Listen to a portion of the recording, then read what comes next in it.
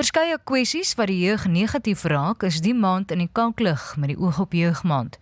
Die kommerwekkende kwessie is sekerlik die werkloosheidssyfer. Die werkloosheidskoers van die jeug, dis mense tussen 15 en 24 jaar oud, staan in die eerste kwartaal van 2025 op 46,1%. Ek sluit nou aan by die VF+ LP en nasionale woordvoerder oor arbeid, Eloise Denner. Goeiemiddag Eloise. Middag Estie en middag aan die luisteraars. Ek wil net graag bevestig, want die jeug word op verskeie maniere gedefinieer. Ons praat hier van tussen 15 en 24 of strek dit selfs tot 35? Ja, dit strek selfs tot by 34, so die jeug is basies enige iemand tussen 15 en 34. Goed, so laat ons net met daardie internasionale kwalifisering dan voortgaan as ons hierdie gesprek het. Hierdie persentasie wat wel aangedui is dit volgens daardie riglyne gestel tot en met 34? Dis korrek, ja. Dit is opgebreek in jeug tussen 15 en 25 en dan is dit tussen 15 en 24 en dan is dit van 25 tot 34. Maar die oorhoofse gemiddeld is 46,1% wat die jeugwerkloosheid tans in Suid-Afrika is. Goed, en dis nou in geheel gesien? Is in geheel gesien, ja. So van wanneer af mag jy begin werk, as ons praat oor hierdie statistiek? Hulle praat van die ekonomies aktiewe populasie, Estie, en die ekonomies aktiewe populasie word gemeet vanaf die ouderdom 15 af. So die ou standaard 7 of graad 9 kan jy al skoolverlaters hê van daardie ouderdom af, so daarom word dit gemeet vanaf die ouderdom 15 af. So ons kyk ook na verskillende geskooldheid wat hiermee gepaard gaan, mense wat moontlik ook universiteitsonderrig het, tersiêre opleiding het en die wat dalk moontlik nie skool voltooi het nie. Dis korrek, ja. Ja, dit is oor die hele spektrum, die 46%. Waarom is dit so hoog, Eloise? Ek dink, daar's verskeie redes daarvoor. Een van die redes is byvoorbeeld die hoë uitvalkoers uit ons skole uit. Dan het ons die standaard van onderrig op basiese vlak wat ons kinders ontvang. En die feit dat ons jeug in baie gevalle nie aanstelbaar is gemeet aan die vereistes in die arbeidsmark nie.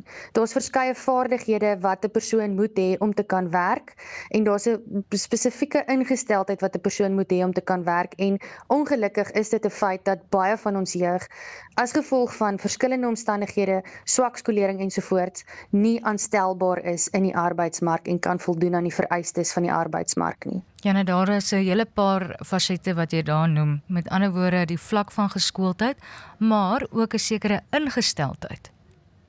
Dit is ongelukkig so, ja. En dan natuurlik is daar nie soveel geleenthede nie. Ons arbeidsmark word weens verskeie redes doodgesmoor.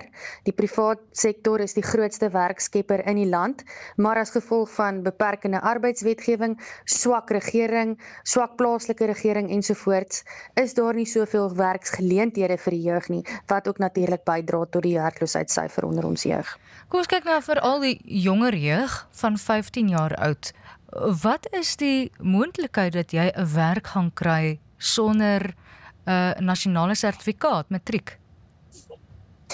Die moontlikheid is ongelukkig baie skraal, Estie. Ons het selfs gegradueerde jong mense, mense met matriek, mense met diplomas en sertifikate, mense met grade en selfs ondervinding wat sukkel om werk te kry. So jy kan dink hoe laag op hierdie spreekwoordelike voedselketting lê skoolverlaters, jong mense wat geen kwalifikasie agter hulle naam het nie.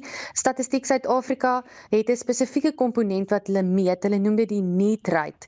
Dit NEET. Dit is basies jong mense wat in geen vorm van onderrig of opleiding is nie, hoegenaamd nie. En werkloosheid en daardie persentasie staan op 37%. So 37% van die jong mense tussen 15 en 24 in Suid-Afrika is tans in geen vorm van onderrig of opleiding nie. Kom ons praat gou oor die Noordwes wat op 56% staan. Waarom het ons daar die grootste probleem? Ek dink dit kom terug, Estie, na werksgeleenthede toe. Sekere provinsies het sekere industrieë wat kernindustrieë is in hulle provinsies en as gevolg van die omstandighede in ons land, as gevolg van die ekonomie wat krimp, as gevolg van wetgewing, swak regering ensovoorts, krimp daardie industrie. En daardie industrie neem nie meer so baie mense in diens nie. En as 'n mens kyk na iets soos nou kan ek net aan die Engelse woord dink, apprenticeships, waar jong mense ingeneem is om internskappe te doen, word daardie persentasie word ook kleiner, omdat daar word nie meer soveel mense in diens geneem nie. As 'n mens kyk na mynbou byvoorbeeld, sulke tipe industrie, krimp daardie industrie, omdat die ekonomie swak doen, en as die ekonomie swak doen, het ons nie werkskepping nie, as ons nie werkskepping het nie, staan die jeug heel agter in die ry, omdat hulle nie die nodige kwalifikasies en ondervinding het om werk te kry nie. Ja, so ons sit nou met 3 probleme wat ons uitgelig het hier. Onderrig, mense wat nie onderrig voltooi nie, en die wat reeds onderrig het wat nie werk kry nie. 'n Kultuur, wat ek graag by ook wil gaan stil staan, dat ons 'n bietjie kan praat oor wat dit behels. En dan, algehele 'n probleem wat ons in die land het met werkloosheid, nie net onder die jeug nie. Dis korrek, ja. Watter kultuur is dit wat jy nou verwys wat moet verander? Dit is so baie moeilike onderwerp en ons kan die hele middag daaroor gesels, maar daar is 'n geweldige gebrek aan werksetiek, nie net onder ons jeug nie, maar ek dink die staat is die perfekte voorbeeld daarvan. Daar is natuurlik mense wat hard werk en pligsgetrou is, maar ons het 'n geweldige probleem met werksetiek in ons land. Mense wat bereid is om daardie ekstra myl te stap. En dit is toevallig daardie mense wat bereid is om die ekstra myl te stap, wat gewoonlik dan nou in aanmerking kom vir werke, vir bevorderings ensovoorts. Dit is nie altyd so nie, want daar is ander bepalings ook wat mense terughou in ons land. Maar ons jeug moet 'n bepaalde kopskuif ondergaan. Jy gaan nie alles kry in die lewe nie, jy moet werk vir wat jy het, ten spyte van ons struikelblokke. Ons moet soos water wees, as ons nie deur iets kan vloei nie, moet ons om dit vloei. En dit is 'n verskriklike belangrike kopskuif wat ons in ons land moet maak. Kom ons noem 'n ding by sy naam, watter ander bepalings staan in die pad vir werk? Swart ekonomiese bemagtiging, wetgewing wat 'n sekere groep jeug uit die werksplek uithou. Ek dink is verskriklik spanningsvol om 'n jeugdige te wees in Suid-Afrika, veral wit jeug. Want jy word groot met hierdie wete in jou agterkop dat my regering, die regering waaronder ons staan, wat ons regeer, doen alles in hulle vermoë om vir my met my veldkleur uit te werk te hou. En daarom simpatiseer ek werklik met die jeug in ons land, want om die arbeidsmark te betree met daardie wete in jou agterkop moet verskriklik wees. En daarom moet ons aanhou beklei teen swart ekonomiese bemagtiging wat net in elk geval 'n klein groepie elite bemagtig. Dit bemagtig nie eers die massa swart mense daar buite wat werkloos en armoedig is nie. En dan moet ons natuurlik ook kyk na wetgewing en omstandighede soos swak plaaslike regering wat ekonomiese groei en werkskepping en die uitbreiding van klein besighede en entrepreneurskap op die ou ende van die dag kortwiek. Eloise, wat is planne wat daadwerklik daar gestel kan word om hierdie reuse probleem van 46,1% van jeug wat nie werk het nie teen te werk? Wat kan nou gedoen word? Weet jy, ek vat net so 'n tree terug, ons het gister 'n debat in die parlement gehad oor jeugdag, en die onderwerp het gegaan oor die gereedheid vir die 4de industriële revolusie. En die 4de industriële revolusie, soos julle weet, behels tegnologiese vooruitgang ensovoorts. Maar wat mense vergeet, is dat die 4de industriële revolusie sluit ook tradisionele ambagte in. Want daar is sekere goed waarvan die samelewing afhanklik is wat nooit gaan verander nie. Elektriesiëns byvoorbeeld, loodgieters byvoorbeeld, sulke tipe goed. So wat ons kan verander in ons land is in die eerste plek om te kyk na die kwaliteit onderrig wat ons kinders ontvang. 80% van graad 4's in Suid-Afrika kan tans nie lees vir begrip nie. Nou wil ons sê, hierdie kinders moet robotika neem en hulle moet gereed wees vir die 4de industriële revolusie. So ons moet die basiese boublokke eers reg kry. Dan moet ons kyk na ambagte. Ons gaan altyd 'n tekort aan ambagte hê. Daar is niks soos die vermoë om vir jouself werk te kan skep, wat werkloosheid in Suid-Afrika, veral onder die jeug, kan aanspreek nie. Maar ons sit met 'n departement van hoër onderwys en die SETAs, wat dit lyk vir my of hulle uit hulle pad uitgaan om die jong mense van ons land te saboteer. Privaat toetssentrums byvoorbeeld waar vakleerlinge hulle vaktoetse kan aflê, sukkel hulle mors dood om reeksnommers uit die CETA's uit te kry sodat die leerlinge hulle vaktoetse kan aflê, sodat hulle die arbeidsmark kan betree. So ons het 'n regering wat self hier in die parlement opstaan, in die media opstaan en sê ons moet jeugwerkloosheid aanspreek, maar hierdie eie regering saboteer die jeug van ons land. So ons moet ons prosesse en ons basiese boublokke in plek kry sodat ons jeug kan bemagtig en die werkloosheid probleem kan aanspreek. So wat jy sê is daar's mense wat werklik wil, maar die stelsel maak dit vir hulle bitter moeilik. Dis presies wat dit maak dit onmoontlik vir hulle.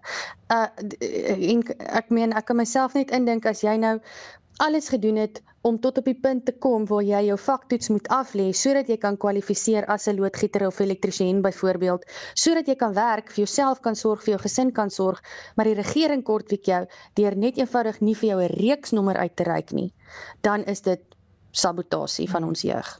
Watter oplossing is daar, Louise? Ek dink nou aan daardie persoon wat op 15 skool moes verlaat. Nie hulle matriek kon voltooi nie, nou is hulle al 34, 35. Watter oplossing is daar om uit hierdie kringloop te kom? Want onderrig is in die eerste plek nodig. Is daar geleenthede wat geskep word vir mense om, hoe kan ek dit stel, in te haal? Daar is geleenthede wat geskep word vir mense om in te haal, maar daar is nie genoeg geleenthede daarvoor nie. En ek dink jy het die spyker op die kop geslaan met mense wat byvoorbeeld op 15 vir watter rede ook al, finansiële redes of persoonlike redes, uit die skool uit moes gaan, wat nou 34 is, wat nooit die geleentheid gehad het om verder te leer of om hulle self te kwalifiseer nie. Ons moet nooit die waarde van klein besighede onderskat nie. Daar was in die week 'n berig oor die navorsing wat gedoen is oor township besighede spesifiek, waar informele entrepreneurs vir hulle gesinne sorg deur byvoorbeeld vetkoek te verkoop. Daar's altyd 'n geleentheid. En dit is wat ek probeer sê met my voorbeeld van water. As ons nie deur iets kan vloei nie, moet ons om dit vloei.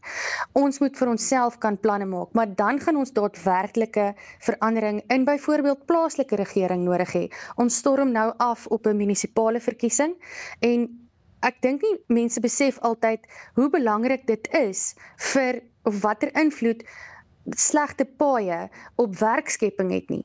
Want as 'n vervoermaatskappy byvoorbeeld nie op 'n sekere pad kan ry nie, gaan hulle deur 'n ander dorp ry en gaan daai hele dorp waar die slegte pad is, se ekonomie daaronder lê. So ons het ordentlike plaaslike regering nodig en vir dit het ons 'n verandering op plaaslike regeringsvlak nodig. En dan kom die verantwoordelikheid ook weer terug na ons kiesers toe. Ons het 'n verantwoordelikheid om die ANC wat hulle beurt gehad het vir 30 jaar uit te stem, sodat ons behoorlike plaaslike regering kan kry, sodat ons plaaslike ekonomie kan goed doen, want as die ekonomie groei, is daar werkskepping en dan is daar geleenthede vir almal, of jy 15 skool verlaat het en of jy 'n graad het. Dit is Louise Denner, sy is van die VF+ LP en nasionale woordvoerder oor arbeid. Dankie.